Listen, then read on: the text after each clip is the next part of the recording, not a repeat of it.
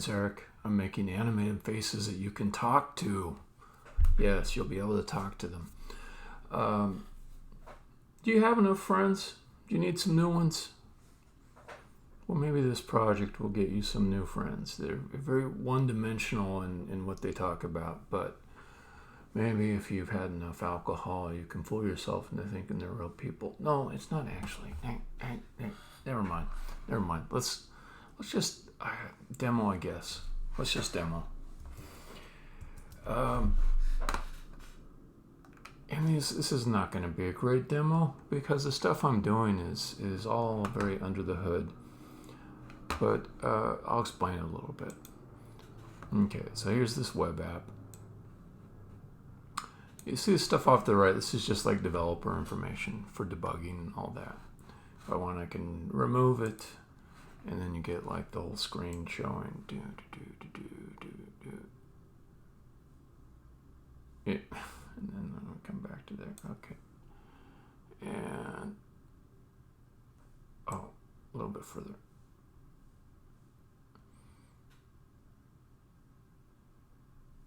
This isn't worth it. The thing I'm doing right now is not worth it. Let's go. Okay. So there's this whole web app that I've built over like, 3 months or something like that. And it lets you make faces. Now, every time I come back to this web app, whatever stuff I did on the face, whatever I did to make the face, whatever changes I made, whatever little things I did to make this character more like what I wanted it to be, they will disappear if I leave this web page and come back to it. So if I go, I don't know, let's go to Yahoo. Yahoo? Is Yahoo.com a thing? Let's see. No, it's not. I went to Yahoo.com and that gave me a black page, and I thought, no, let's go back. Let's go back to where I was because this is not a good place to go to. And sure, it loads back up again. It loads pretty fast. So then I come back to the faces screen and all my changes are gone. What I really want to happen is for the web app to automatically remember the changes I made, and when I return to the app, I'll just be right where I left off from. It's just saving the file, saving the data someplace. On a server? No, not on a server. The application here, the web app, is designed intentionally to not use servers. Now in the future it might, in a very limited way, use some servers or services on servers, but it should be able to work entirely offline after you've just loaded in the web page the first time. And at some point I may even make it so it's an installable progressive web app, and that would make it even clearer that you aren't talking to a server when you have it in a purely offline state. There's two reasons for making everything offline. One is it's a lot cheaper for me. I don't have to pay all the server costs for handling all these multimedia parts and audio files and stuff that users are going to be dealing with when they create faces, and also the things that the faces talk about, and also the audio that the characters speak and the scenes they play inside of. So making it a scalable application without large cost to myself, that's the first reason. Second reason is the nature of this app is that it uses speech recognition when you're testing your ability to converse with the characters. You'll be able to talk to these characters and they'll respond back to you. You just use your own voice. You won't click on a button to say, here's what I say. If I have an app that's designed from the beginning to be entirely offline, that will give clarity to the other decision I've made to not send any of your text to a service. It will all stay present on the web app on your local computer. It won't go off to the cloud, unlike every other popular speech recognition solution offered. When I say popular, I mean like things that like the FANGs present. The Amazon's Alexas and all that. All that stuff is like sending off the things you say, or it overhears off to a server someplace. Presumably, they have all these great policies about not making that data available to the wrong people. But I don't feel like I can even convince people that I'm as trustworthy as companies like Amazon, Microsoft, Meta, Google, etc. I don't even want to try to make that argument. I'm just going to say everything stays on your local computer. If you want, check the little developer panel. If you're like a more technically inclined person, go over to the network tab. Go to the network tab. Here, I'm going to pull this open a little bit to get the network tab. And notice that this area here is completely empty. Now, when I reload the web app, yeah, it's gonna. Oh, I've got a font selected here. Let's do all.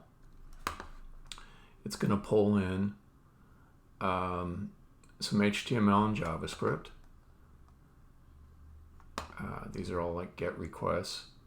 This WebSocket thing is a local development thing.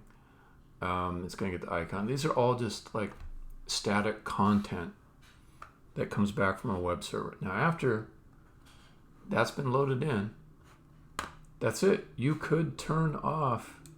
I'm not going to turn off my Wi-Fi connection, but I shouldn't be showing that stuff.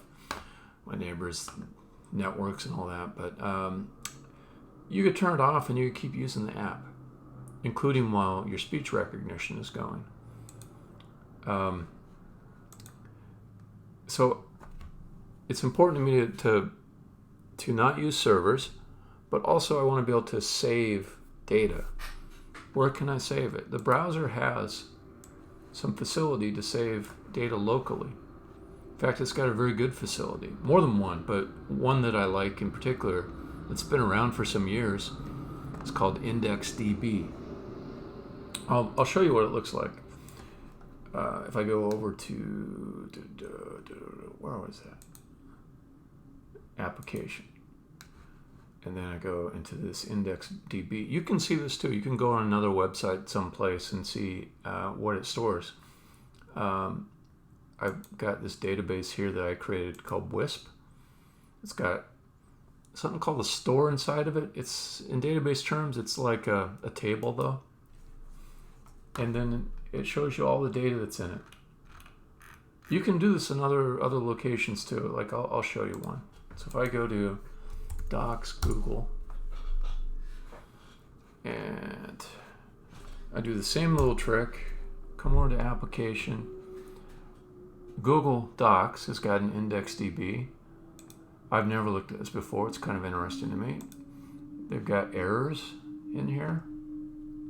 I don't know much about these things. I'm looking at them for the first time. Let's see. Application metadata. So a lot of the websites you go to, they use IndexedDB, but not all of them. The ones that seem to work faster, with less round trips, you can almost make a bet. Those ones are going to be using IndexedDB. Yeah, Google Docs has quite a bit of stuff here. So yeah, anyways, that's why I want to use to store everything. And I've written code against IndexedDB before, but I'm not an expert in it. So I wanted to check my use cases a little bit. And one of the things I wanted to do yesterday was just check and see if I just store a pretty large number of records, each one with a pretty large amount of data inside of it, can I get the keys really fast? And so I did a test where I stored a whole bunch of records, like 3,002. And then I said, okay, I want to just get a list of all the keys. How long does that take? And I'll show you how long it takes by just refreshing the page. You want to look down at this area in the bottom right-hand corner to see how long it takes. All right. So it loaded the page, it started to execute some JavaScript, and then almost instantly this popped out. So it couldn't have been more than half a second to retrieve those keys, but I think it was much, much less. I think it was measured in milliseconds. In any case, near instant is good enough for what I'm trying to do. So this was a successful test in telling me like this capability should serve me well. Like I said, it's not a great demo because it's just kind of a under the hood check to see what the capabilities are. It's not like a feature added to the app. That comes later. So today I'm going to continue working on that. And a problem that I have to solve is described here. No, sorry, I got like a couple things going. Let's put my little 3 dashes spacer. There we go. At the end of my session last night, I wrote a little love letter to myself to remind myself what I'm working on today. And I'm going to read it now. Dear Eric, it is performant to call getAllKeys for 3,000 plus records. And that can be put into an in-memory index outside of IndexedDB. Okay, good. I'm glad I told myself that. But, yesterday me said, you should be able to do the same thing with indexes on the object store. And then you use basically what's built into IndexedDB to get a list of all the keys that are at a certain path, and then I had doubts. It was like, oh, it works to call this on the path just to get the membership value stored at the path because it will just return the path. Let's see if that's true or not.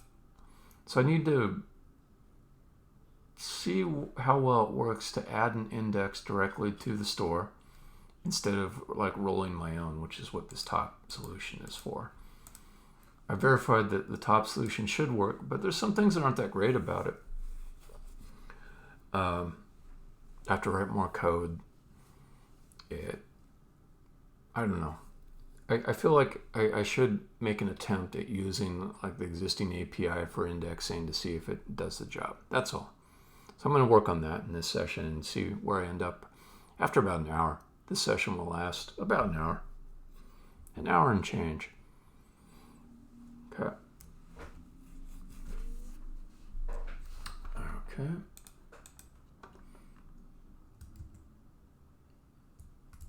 And now you will hear me get much more quiet because now I'm writing code.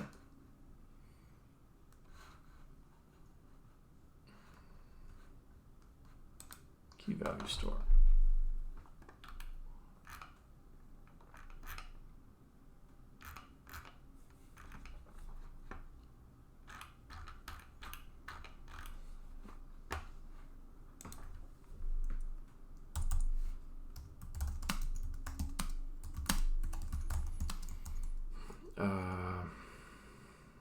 Test index.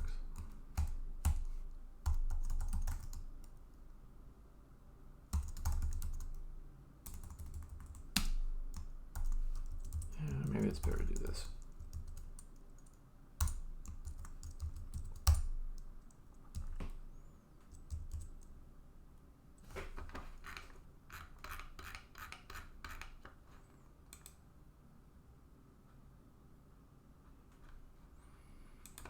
So the other object, or the other thing I was going to put here was like called path.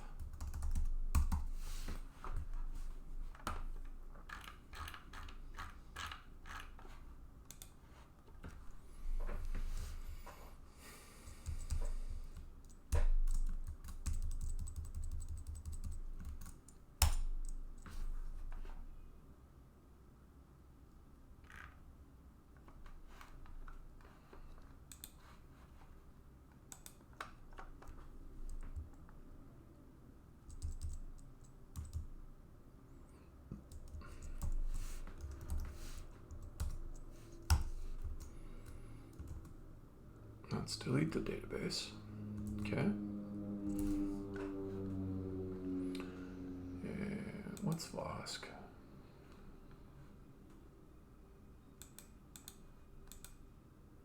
Oh, interesting. Okay.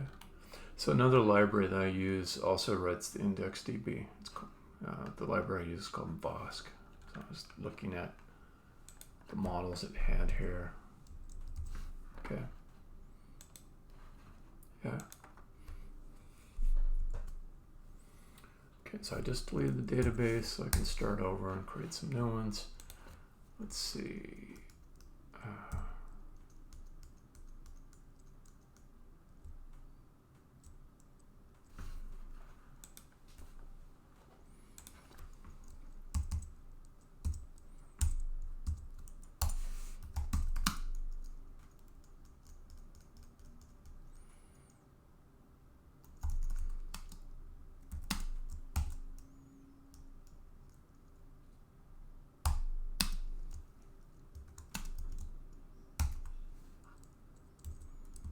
Maybe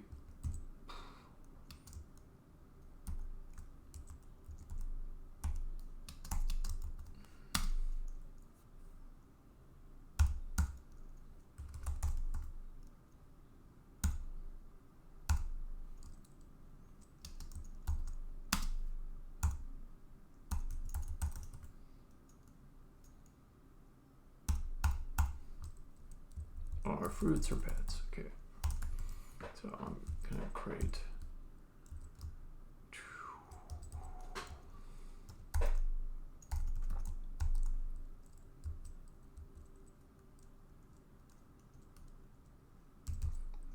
so put my even junk records under fruits and my odd under pets, or one of the two. Maybe it's vice versa.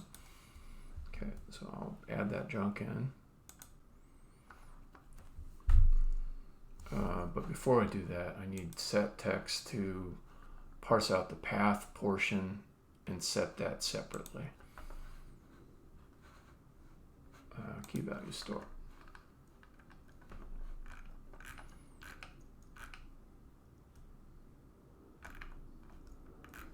So I'll just write a little function up top.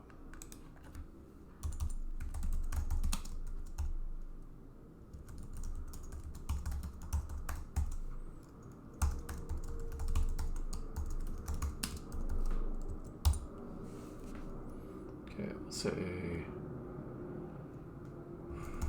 right most. Let's see. Right most. Path end equals key index of. Is it called like last index of? Last index of. And then we'll say bam, like that. Starting from the end, so I don't have to say the position. And then say plus 1 to go 1 past it. So if it returns -1, then that means the path end will end on 0. Okay, so that means I return key substring 0.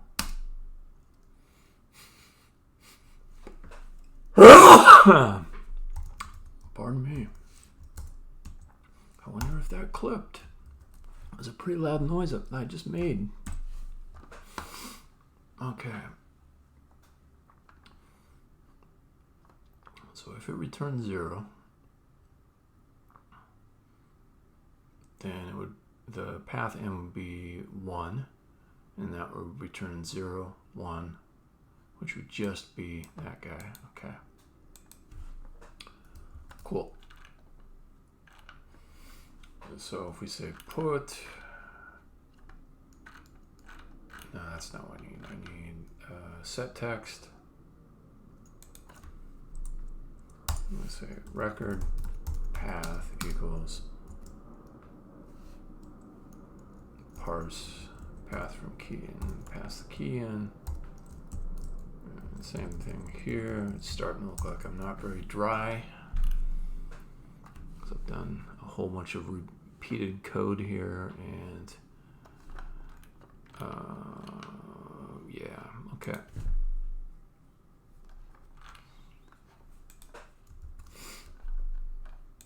So let's populate those records, make sure that code works correctly. To do that, come back to quick run and say add junk.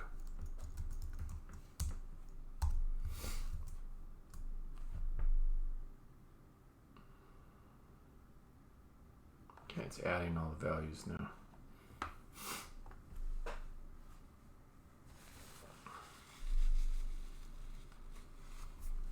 Takes a little while to just add all those records in. Thankfully, that's not a use case that I have to do all the time. Okay. And then I'm going to comment out that, or I'm going to delete that add junk so it doesn't just keep on doing that add again. Let's go take a look at the application, Wisp, key value. Here we go. We've got key here, the path, fruits. Yeah. And I can see because all these numbers are even, no odds, that if I scroll down, I predict it should be like pets, and it'll be like key 1, key 3, you know, and so on. Path was parsed correctly. Fruits is the path. If I go down, let's see. And this little tool doesn't really want to let me go past the first 50 records. I don't have to. Okay, I can get there.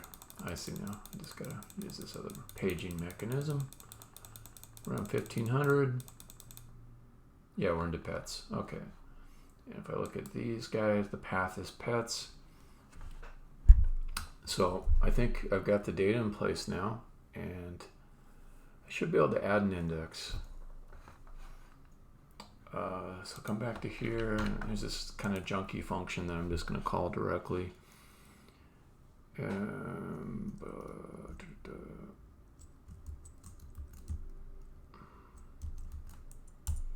Transaction.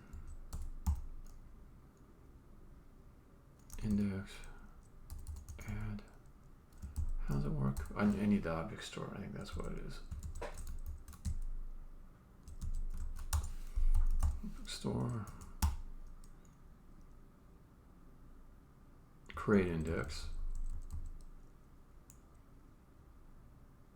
I have to give it a name.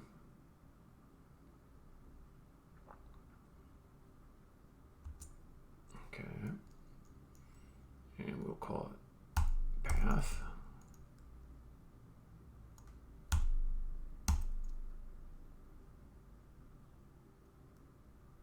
Okay.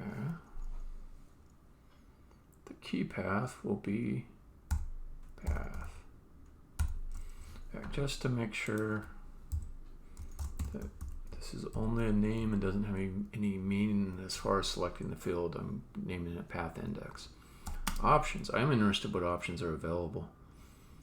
Let's say options, and then constant options for the B index.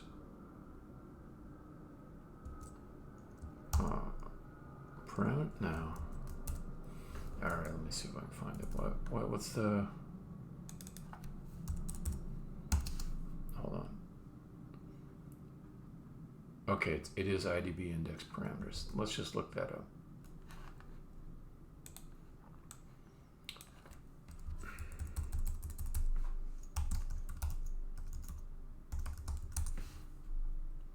No, wow.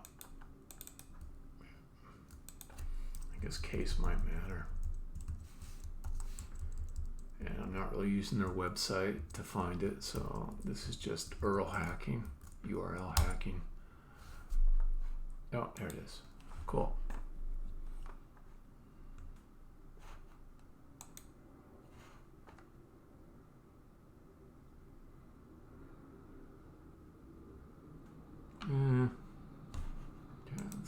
Create index. Yeah, there you are.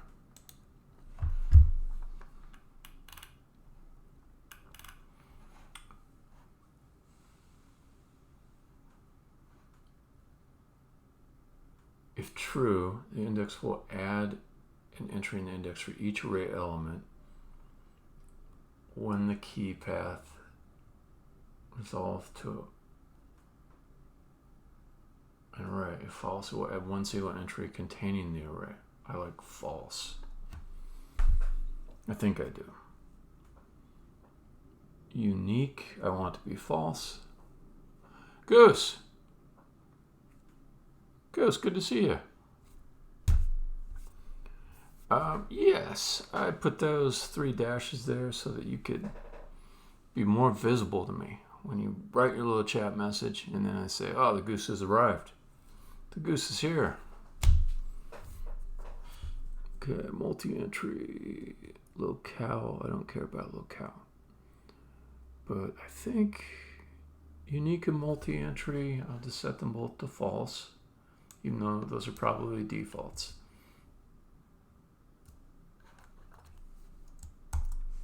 Unique, false. Multi-entry, false. Does it tell me the other stuff that I could add? Yeah, doesn't matter. I don't think it. Okay, so I create the index.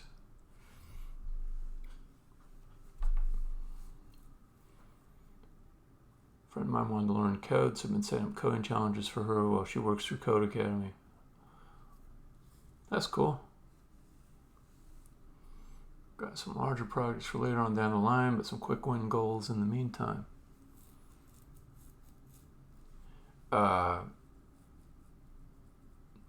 You know what I always wanted to make work, and it never quite does, is you find people like your friend who are just trying to learn, and you say, hey, I got a project, you want to work on it with me? And you'll learn stuff, and you'll be in a better position with like a work experience and stuff. But it's like it's too hard to get it to work well, you know?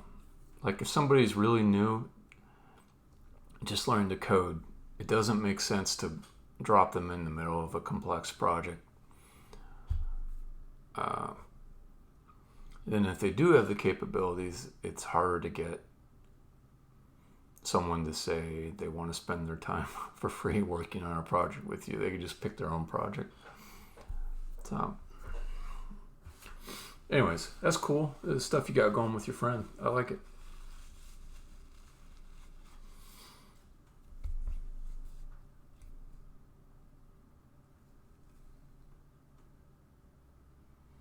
Yeah, unit testing, that's a nice entry point for a lot of people.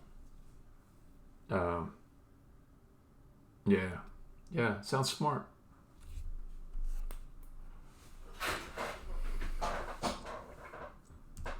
All right, let me see if this stuff is going to work. I wonder, is it, if I just tab away, is it going to, yeah. That's one thing that's a little bit bad, is it's, every time I tab away to go look at a web page, it's going to run that code. So let's just turn this off. Okay, it is turned off. Good.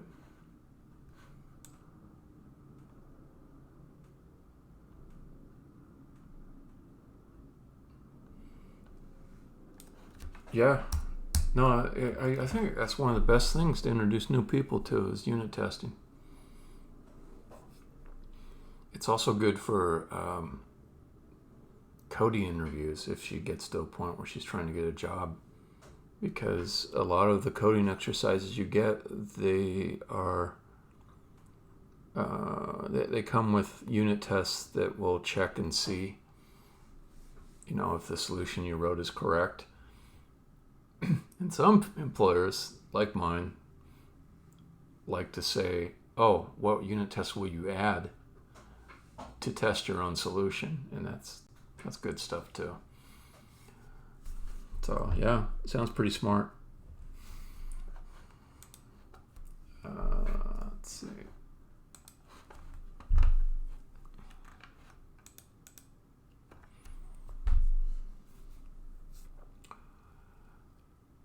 So I create the index. What do I have to do next?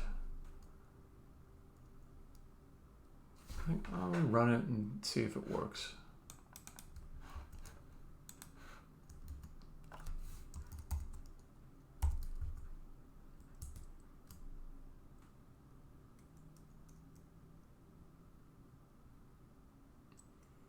Version change trends. Okay, so I have to create the index in a version change transaction. Let me see what else it says.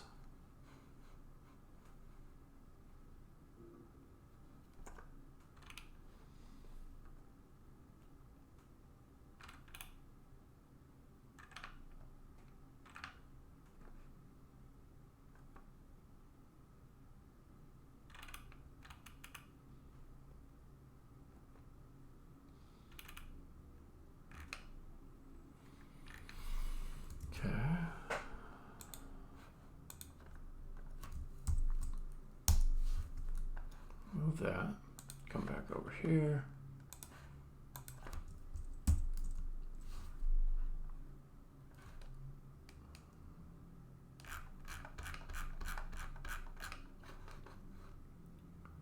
Options,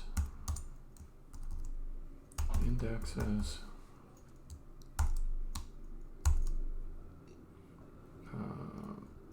I guess I should just pass in the same information that gets passed here. This will be name, key path, and options. Name, key path, and options. Okay.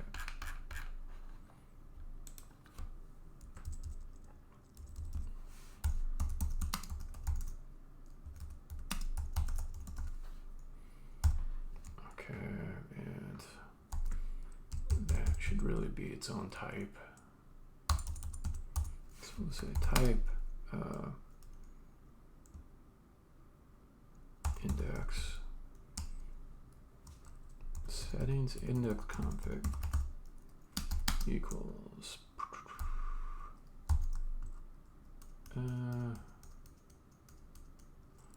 yeah, name string key path, and I could just keep it simple and do a string. They had some other options there, but I don't really need that. Options, it's going to be IDB index parameters. Okay, and we can have this be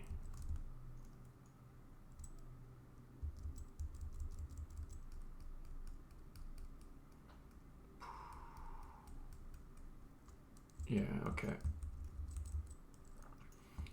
So I've got it mixed around. I want it to be like this. Boom. Name will be path index. Key path will be path. Options be multi. What was it? This stuff.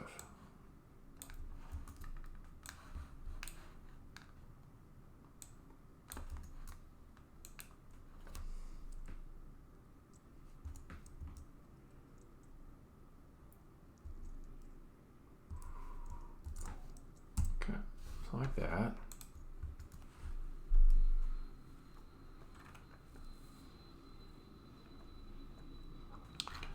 And let's just take this code and move it up top.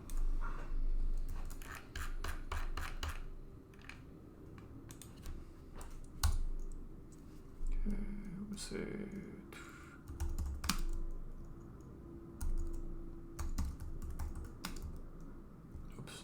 const indexes equals store schema.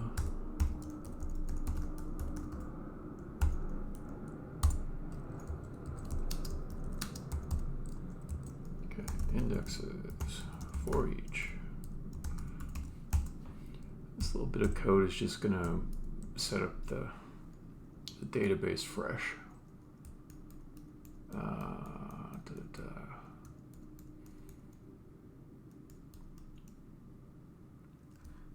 for each index, let's even call this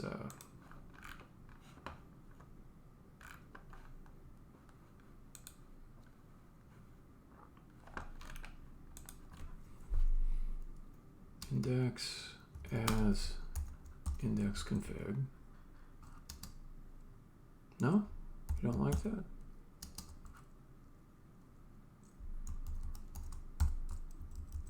You don't like that. Why? What don't you like? Okay, what if I just take this out?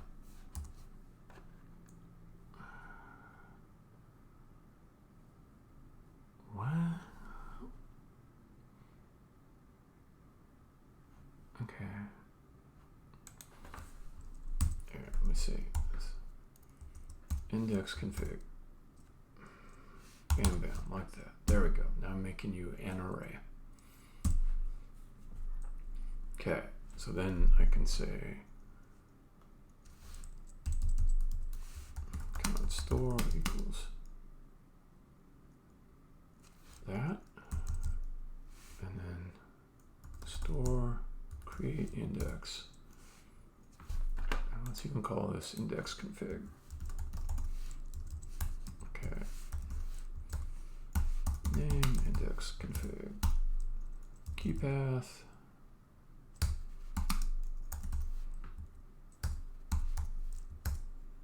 Okay. That might work.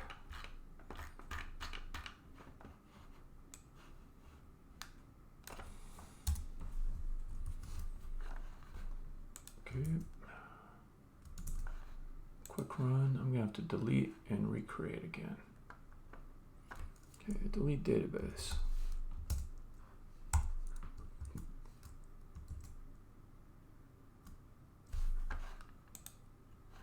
Okay. Then add my junk.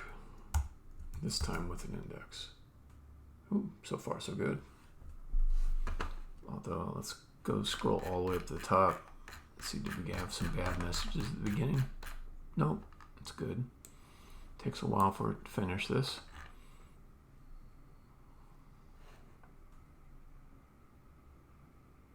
I do see this path index variable.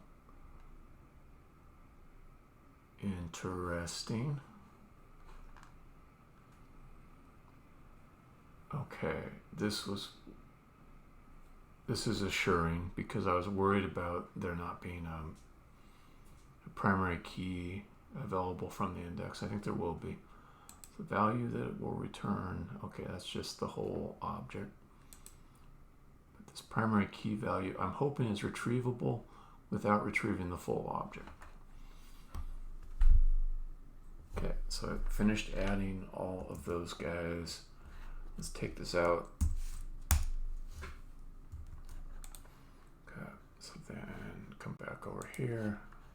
Testing the index. I want to see if I can just quickly retrieve like everything from one index value. So for that, we'll say, oh, yeah, let's copy that. Okay. Then const path index equals object store index, then path index. Okay. Then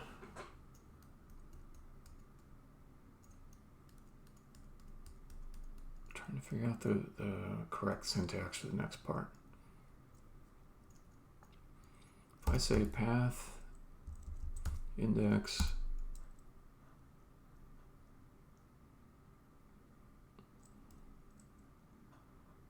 get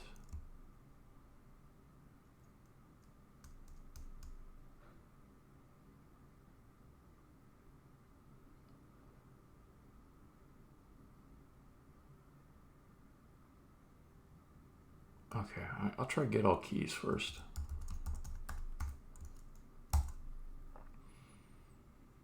And let's say I want fruits, or I should say fruits, that'll be the path.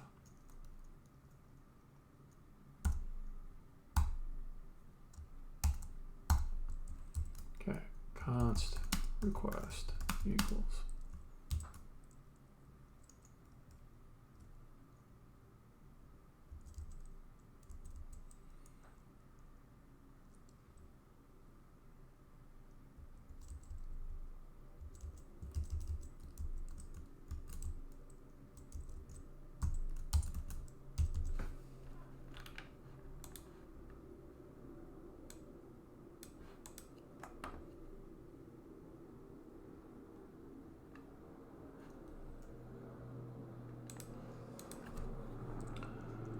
Resolve request result as what are you expecting to return? That's what I'd like to know.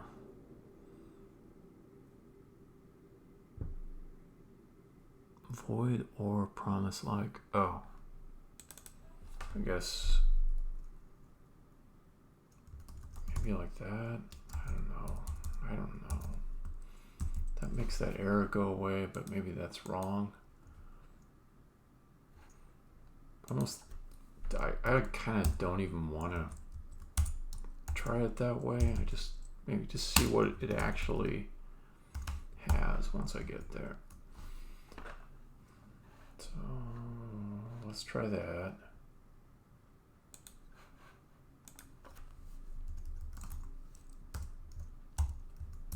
Then we come back over here. I'm in the debugger. It was fast. I like that much. Request result. Oh, nice. That's exactly what I would have wanted. That's perfect. This will work. I didn't realize, because the documentation is just a little bit spotty, that it's going to return all the primary keys. That's exactly what I wanted. Okay. That's a pretty good 43 minutes worth of work. I think that means I can productionalize this a little bit more instead of just running tests, which is nice. Okay. So with my remaining 45 minutes,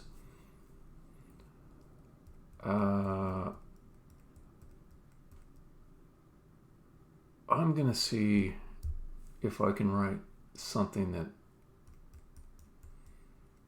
returns all of the keys within a path. I mean, that's kind of what I just did. Okay, I'm just going to clean that up and make it like a production version of it. That's what I'll do. Okay.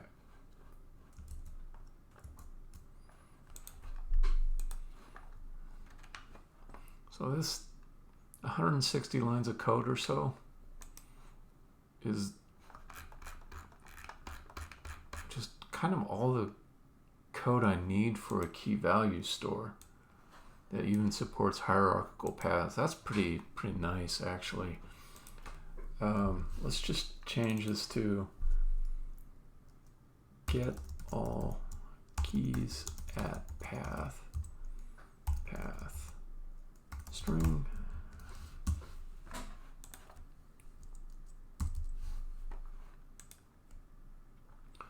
Do want to look, is there a way I can just have this be a read transaction? When I put it read by itself, it didn't work. So let's see if I can figure that out. Also turn off the quick run. Otherwise, every time I save a file, it'll rerun that.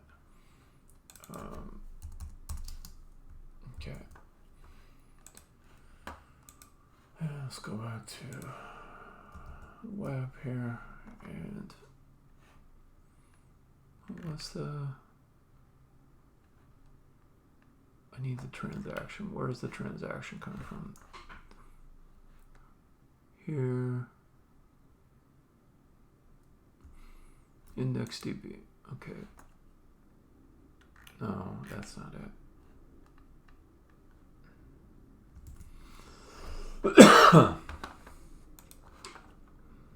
DB. Oh, I'm all sneezy today.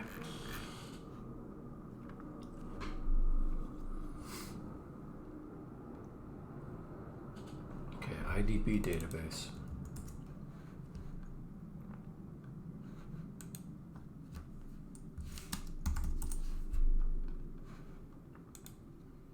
Okay, transaction.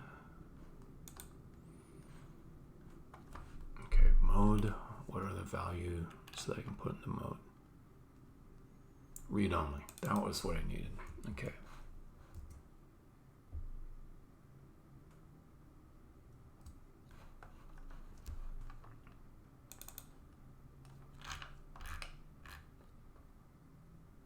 Oh, but if I omit the mode, I think that's the default. Yeah, okay, cool. So I don't even have to say read write or read only. I just leave off the mode and I'm good.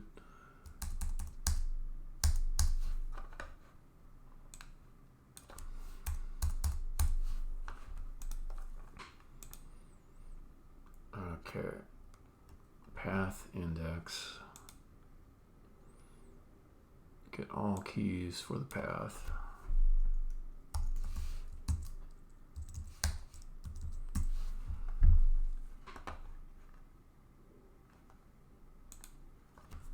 Keys from path.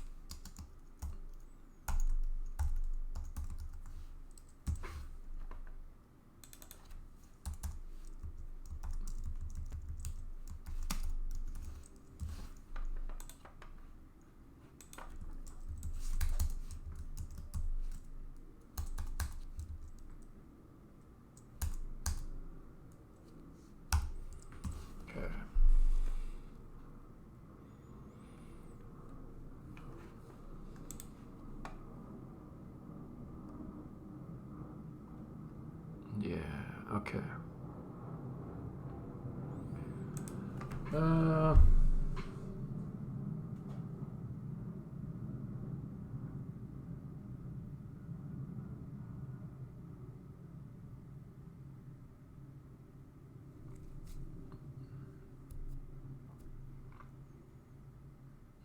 think it works. I think it works. Okay, and I was trying to make things a little bit drier. Also, I've got some stuff here that should go into constants. So path index, let's give it a const. Path index name equals path index.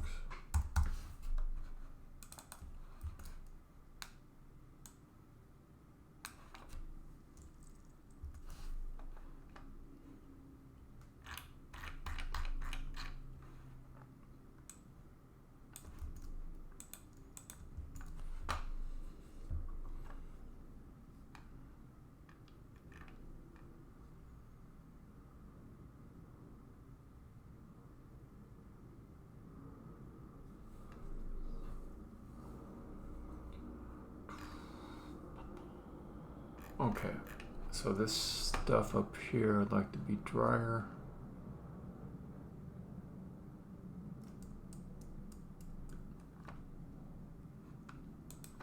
Let's see.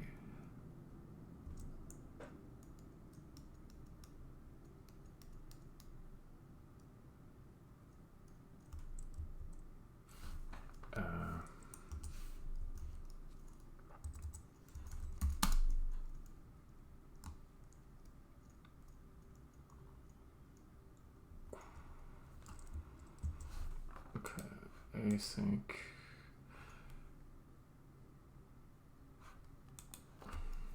set field async function set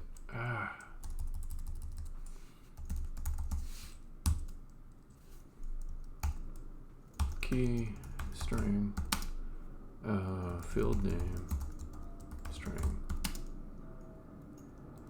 field value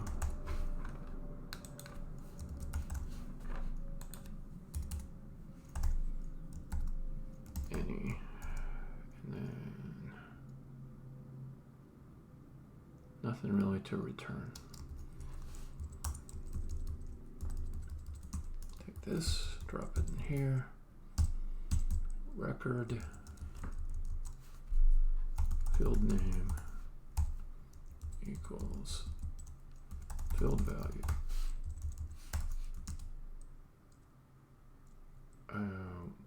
Really?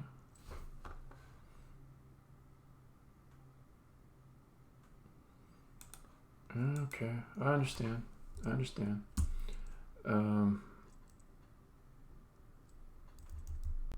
But I can do record as any. Okay. Then here we do set field value. Key. Text.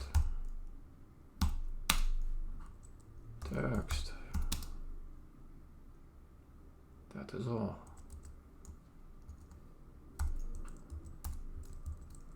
Wait.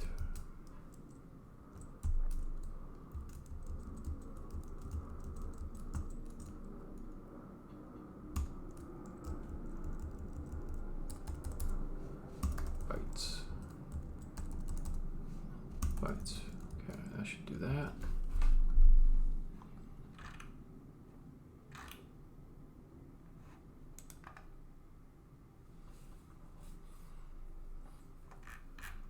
Okay, this is tightened up a bit.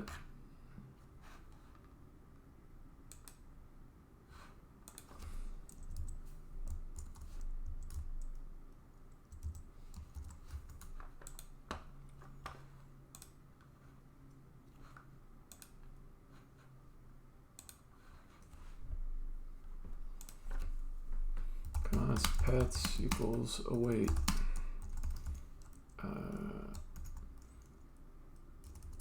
Get all keys at path, and then we just pass in pets.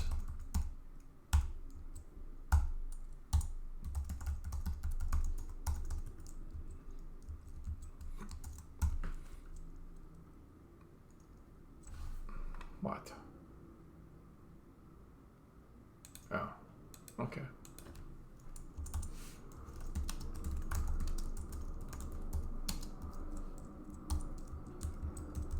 No, stop.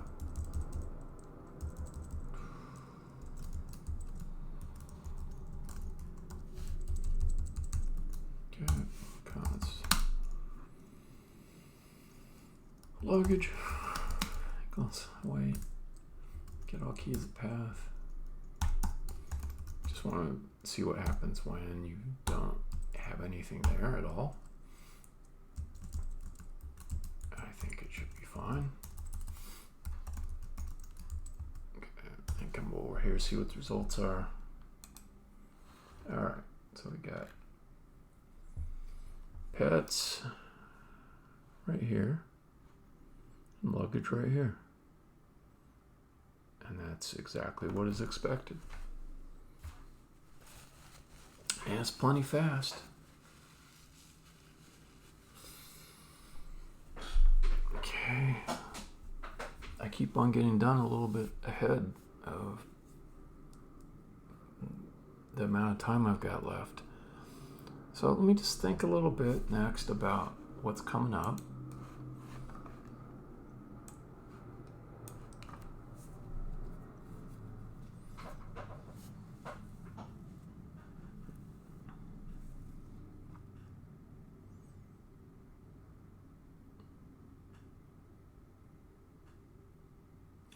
I could see some interfaces built on top of this expected hierarchy. So, for example, I could have a projects module that has stuff like get all projects, and it just returns the top level and uses like the name of the key with the path part chopped off.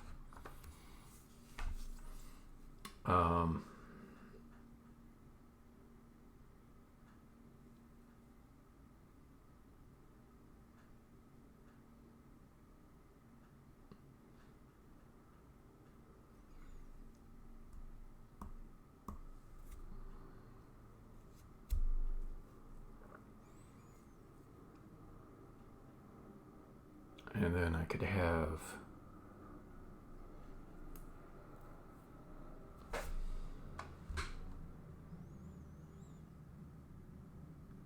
like a faces module where you say, get me a face of this name.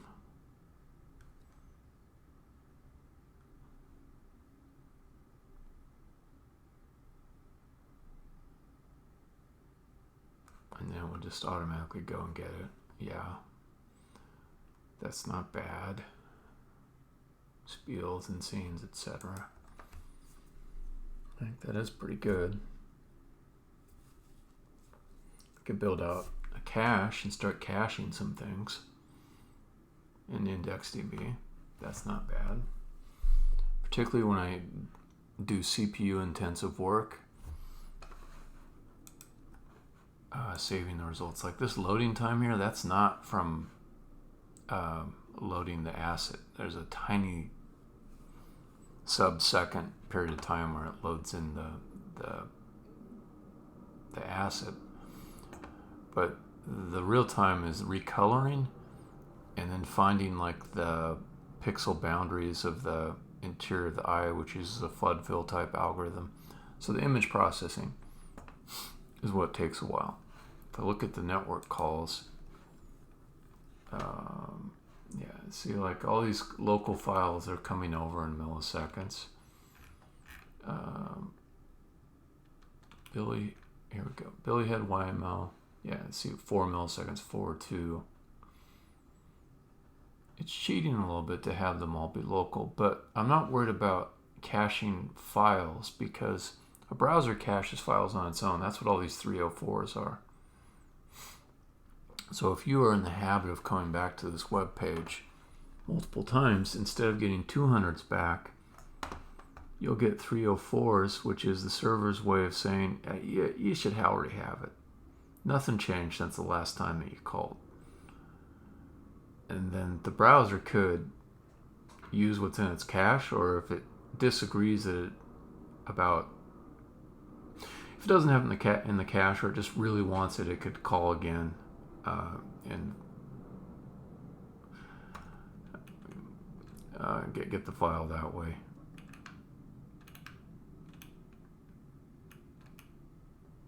Although I'm kind of learning that I don't really understand the interactions between the browser when it doesn't have the value in the cache. Because if you call the second time to the server, what does it know that's going to cause it to serve the file instead of just return the 304 status again? Maybe the browser modifies the request in a second call when its cache doesn't have it. Anyways, that is a solved problem. I don't need to solve it again. Clearly the browser knows how to interact to get those files from either the cache, its own personal cache, or from the server. But the other stuff that gets done, which takes much longer than milliseconds, it takes seconds, like 5 or 6 seconds to load this. Yeah, maybe 3. That work can be cached. This particular image can be cached. In my application cache in IndexedDB.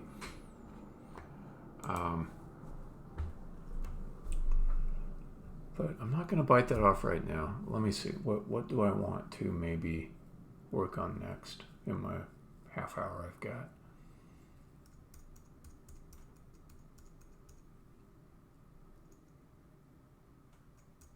Nothing ambitious. Nothing ambitious. I can do a little more parsing code to get the name part. Maybe refactor into a path parsing module. I like that. That's pretty easy. So inside of persistence,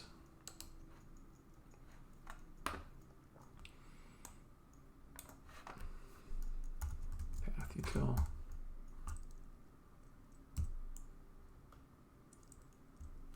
Or let's be more specific. Key store, path util.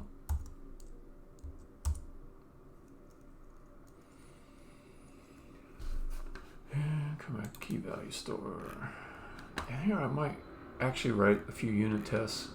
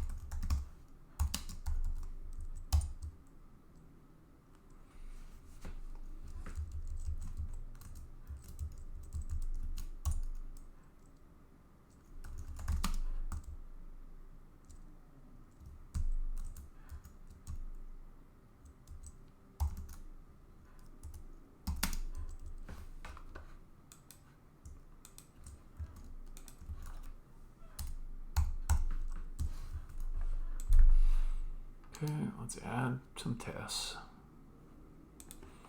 And this project has very little unit tests, but stuff with a very simple input-output like this is great for unit testing.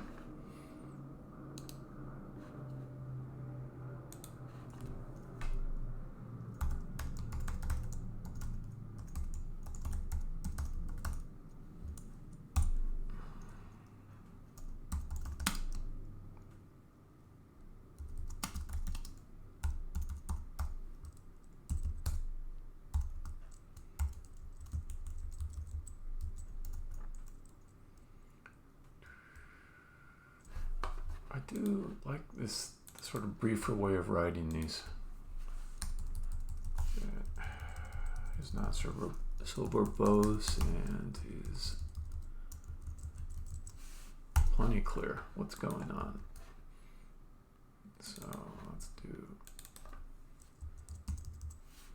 path from key, name from key, path and name from key. Okay, describe.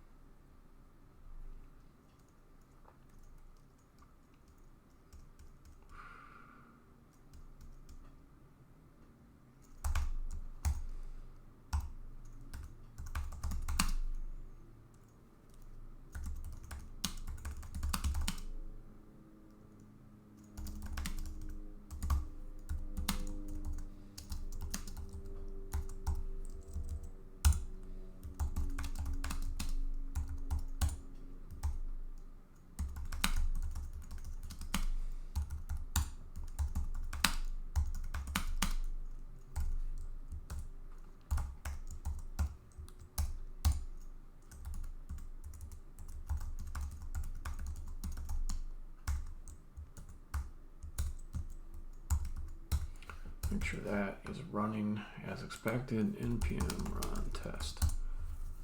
This is the first time I ran test. Oh yeah, I've only got one test in this whole project. I've got a lot more in the libraries, but not so much here. Okay.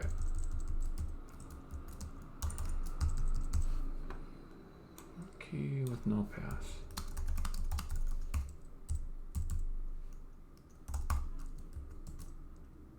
Cool.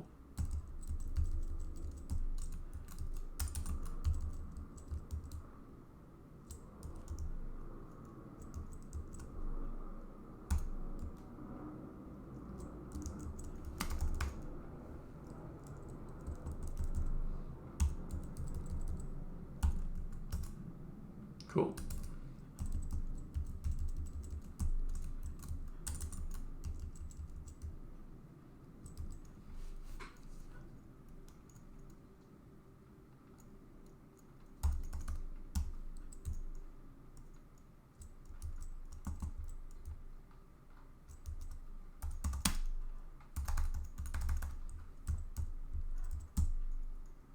Let's call it a folder.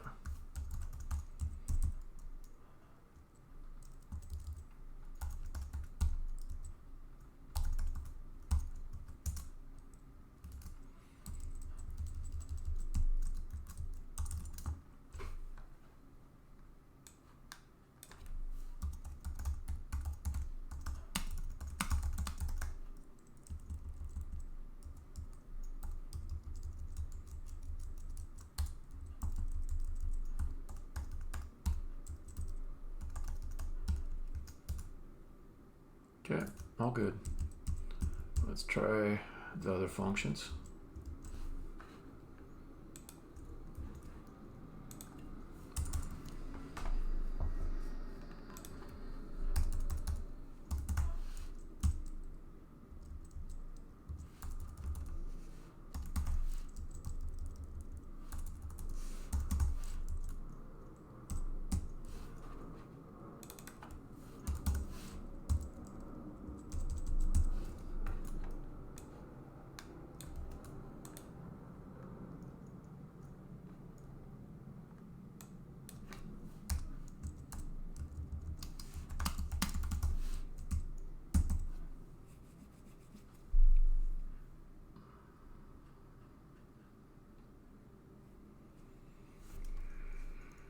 That's fine.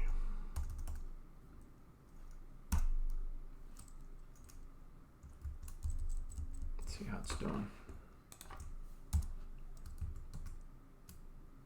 Good.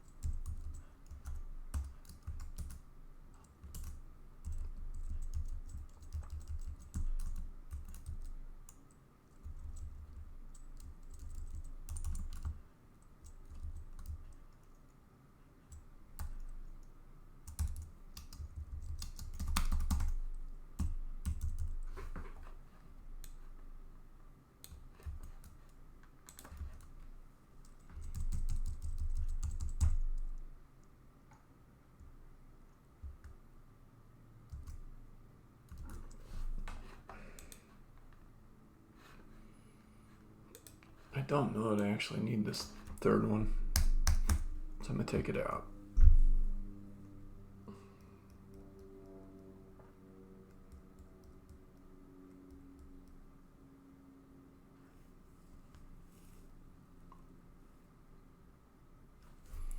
We'll create one more. I'll call it display name.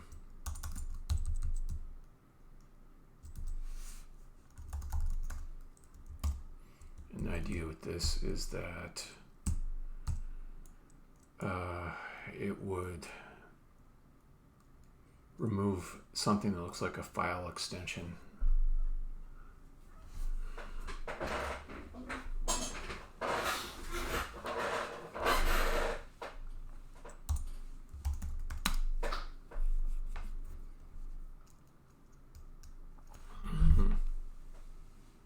I don't know if that's the correct way to do it. What if I have a face that's named like Mr. Mr. Buddy, and then there's an extension dot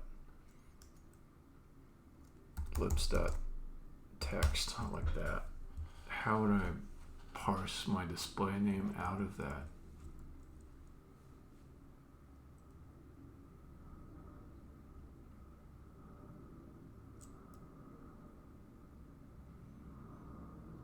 I mean, I could just treat a period like a reserved character. That's probably the way to do it. Yeah. I think that's how I do it.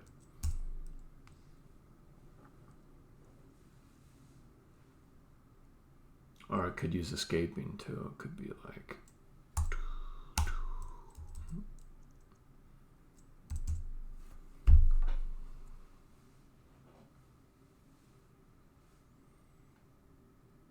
or I could get in the habit of not doing this dot something then dot something else, and that would allow me to only have, like, say, like that,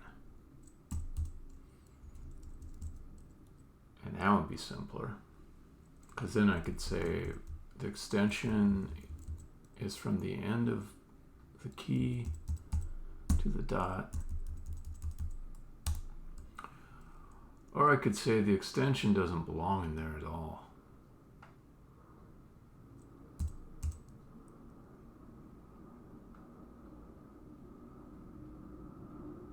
That's kind of a good way to do it.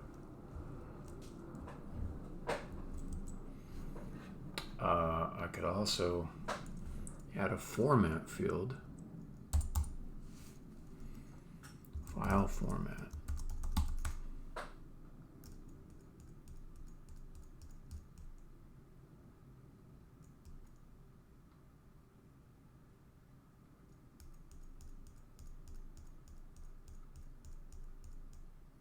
Into the record. Yeah.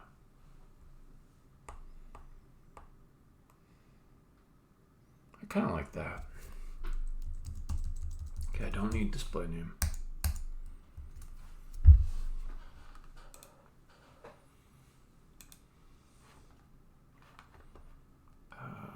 Key value store. What's the thing you don't like? Oh yeah. Path from key. Bam.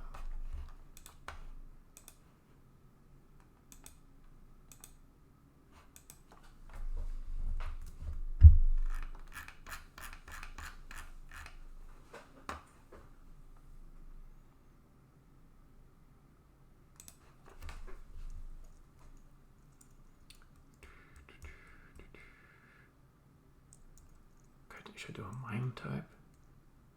I think so. MIME type. String. Okay.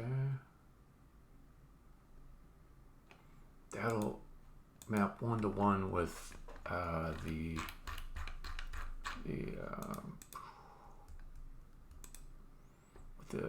extension that I want to use. Okay, so if I do set text, and pass in a MIME type,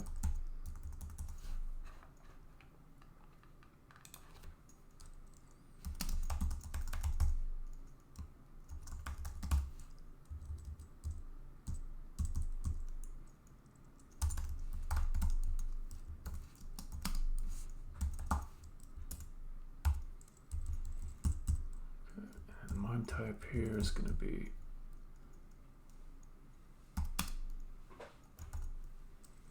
application,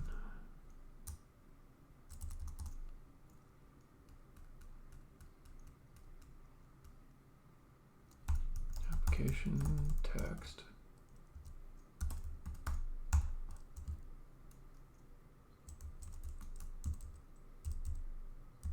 bytes. What is this? Octet, common MIME types.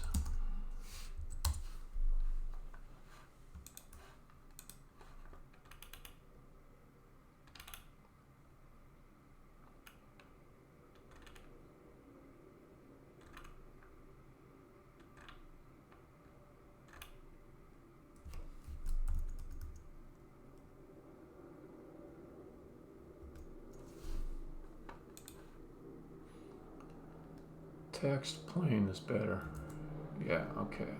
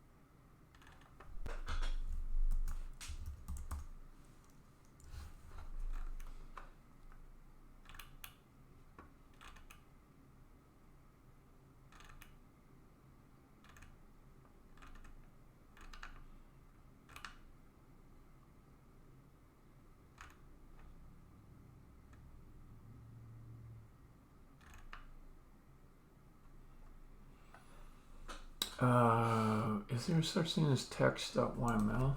Mime type yml. YAML, yeah, YAML.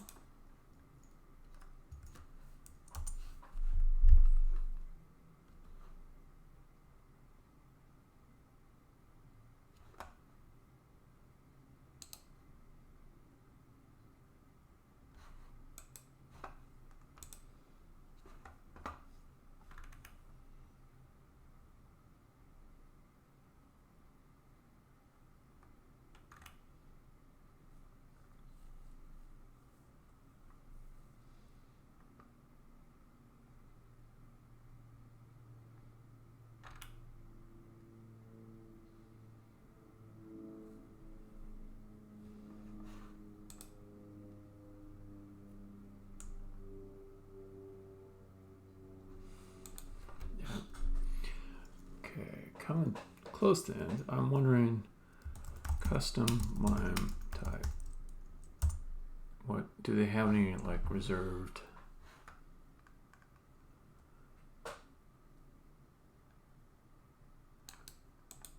I mean,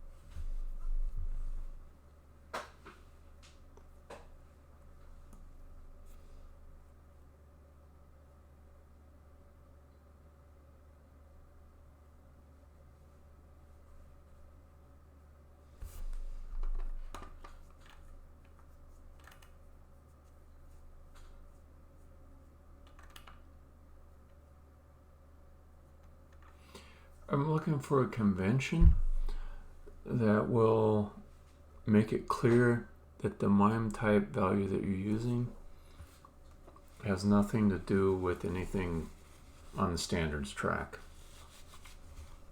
Or it's not approved by IANA, it's not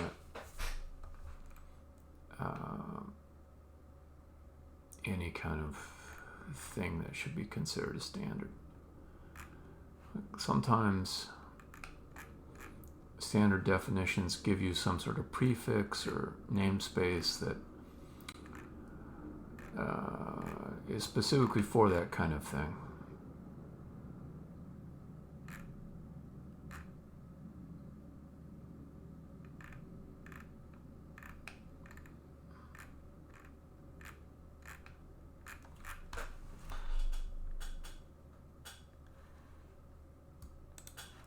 See what they got here. Big long document. I like it. Custom.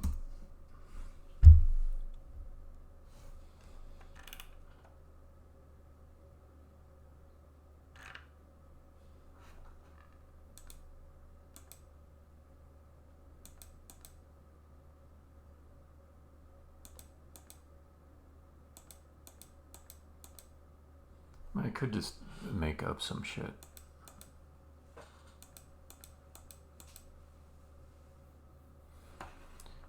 Oh, well, yeah, you could do this. Like I do application.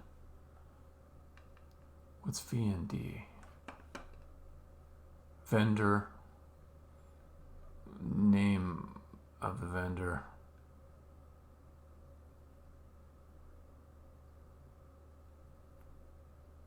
Yeah. And then you say the specific format that goes along with it. Okay.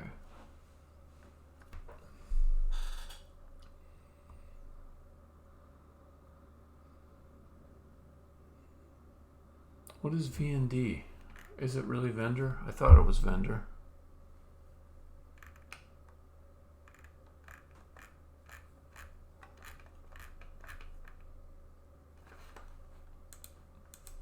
Mime application dot VND. What does that mean?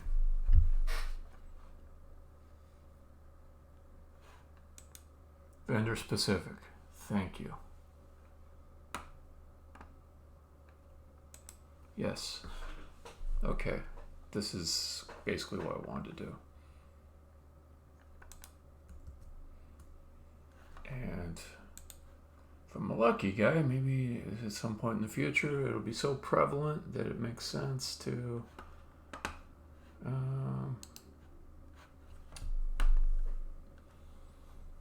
have it be a standard. But I'm not going to hold my breath on that.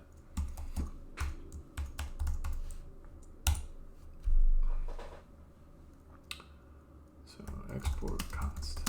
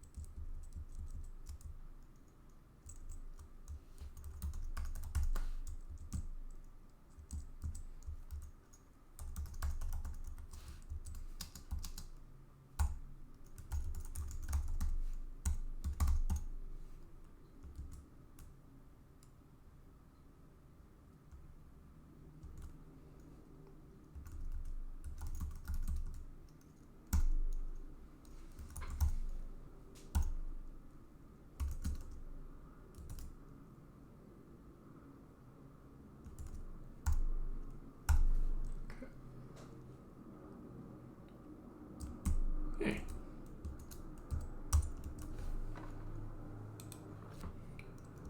Mod type text, plain text.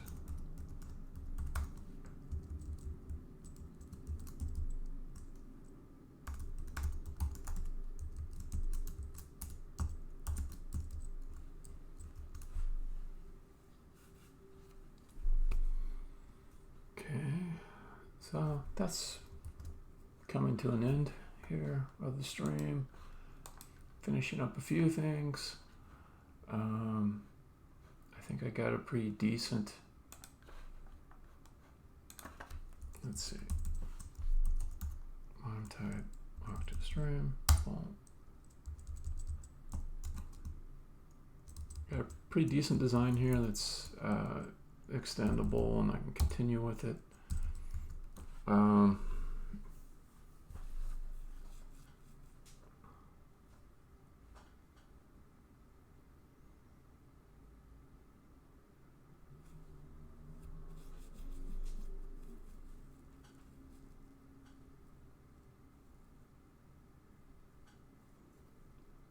Okay. Isn't bad. It's not bad at all. So this MIME type value is going to give a clue to another feature, which is exporting all the values to something that can be stored in the user's file system. What I want to do is have a feature where you can click download a backup, and it zips up everything in your persistent store and names it with a little suffix of today's current date, and then just pops that into your download. Then you've got like a backup. So you'll have the persistent store on the browser automatically, but occasionally you might be a little paranoid and you might say, I want this to be kept someplace else so I don't lose it, or I want this to be transferred to another machine and used there. Then you can use an export to get that zip file. But each one of these entries in the database will be just one file that gets exported, and that MIME type will say what the file is going to be.